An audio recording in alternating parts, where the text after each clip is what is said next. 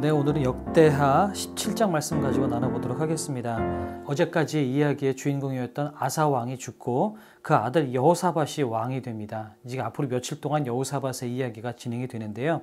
여호사밧은 아사의 마지막 때처럼 그렇게 하나님 보시기에 악한 일을 하지 않고요. 하나님을 따릅니다. 4절에 보면 오직 그의 아버지의 하나님께 구하며 그의 계명을 행하고 이스라엘의 행위를 따르지 아니하였습니다. 그래서 여호사밧은 하나님의 명령을 따르고 하나님의 계명을 행하고 하나님의 뜻을 따라갔었다라고 이야기를 합니다. 그래서 결론적으로 어떻게 되냐면 5절에 보니까 여호와께서 나라를 그의 손에서 견고하게 하심에라고 이야기를 하고 있어요.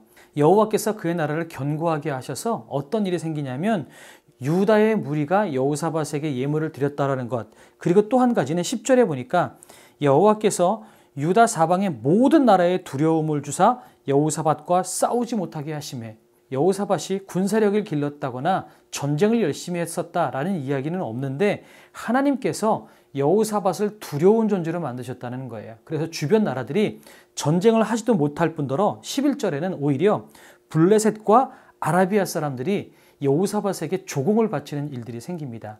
이렇게 이스라엘을 두렵게 여기고 또한 조공까지 바친 것은 그들에게 군사력이 세서가 아니라 하나님께서 그들을 보호하셨고 하나님께서 여호사밧을 두려운 존재로 만드셨기 때문에 가능했었다. 그래서 아까 5절에 나눴던 것처럼 그러므로 여호와께서 나라를 그의 손에서 견고하게 하심에, 이렇게 이야기를 하고 있는 거죠.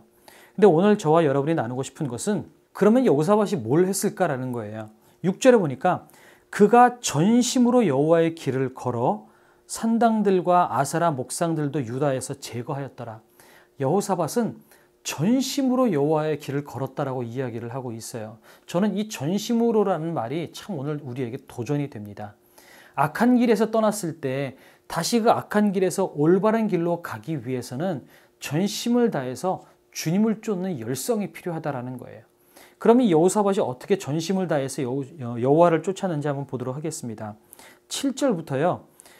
왕위에 있은 지 3년에 그의 방백들, 그 다음에 8절에 보면 레위 사람, 그리고 제사장, 이 방백들과 제사장과 레위 사람을 유다 성읍 전국으로 흩어져서 돌아다니면서 말씀을 가르치고 또한 율법을 가르치고 그들이 몰랐던 것들을 다시 가르치는, 그러니까 예배를 다시 세우고 말씀을 가르치고 동시에 행정력도 다시 한번 세우는, 예전에 다윗이 성 지을 준비를 하고 난 다음에 여러분 다윗이 어떤 조직을 개편했는지 기억나십니까?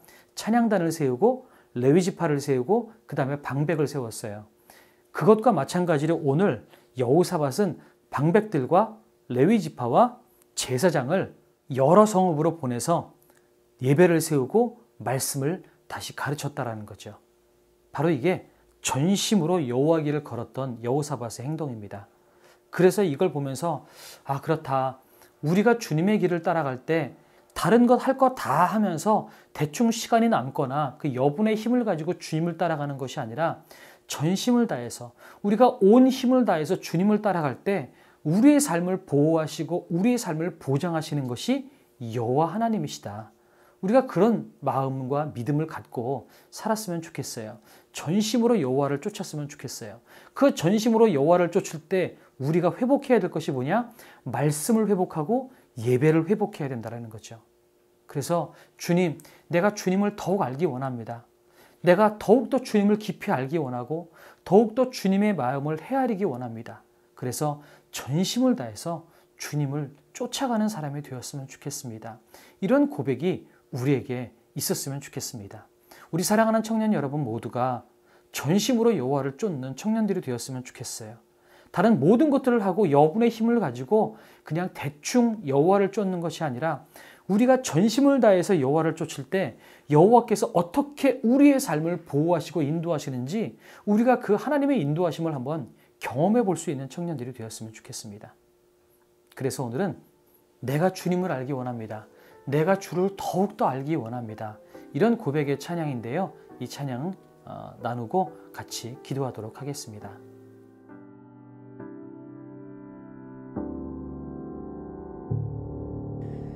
내가 주님을 멀리 떠나 방황할 때 그 깊은 시련과 세상 염려 쌓이지만 그 고요한 숨결처럼 나를 부르시는 그 놀라운 사랑 내 마음속에 가득하네. 오 주님 알기 원하네. 내 영혼 깊은 곳 살아계시는 주님 알기 원해. 주의 마음과 사랑을 나에게 주소서. 내 맘 간절히 주님 알기 원하네. 주님 알기 원하네. 주님 알기 원하네.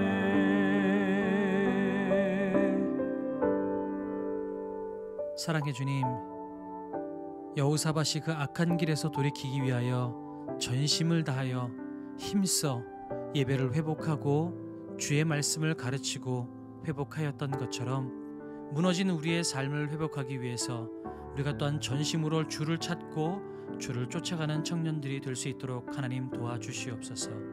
무엇보다 하나님을 예배하고 말씀을 가까이 하는 것을 더욱더 힘써할 수 있도록 하나님 도와주시며, 그렇게 우리가 주의 말씀을 붙잡을 때에 주님께서 우리의 삶을 회복시켜 주시고 또한 우리의 모든 대적으로 하여금 우리를 지키시는 주님의 능력을 우리가 경험할 수 있도록 도와주시옵소서.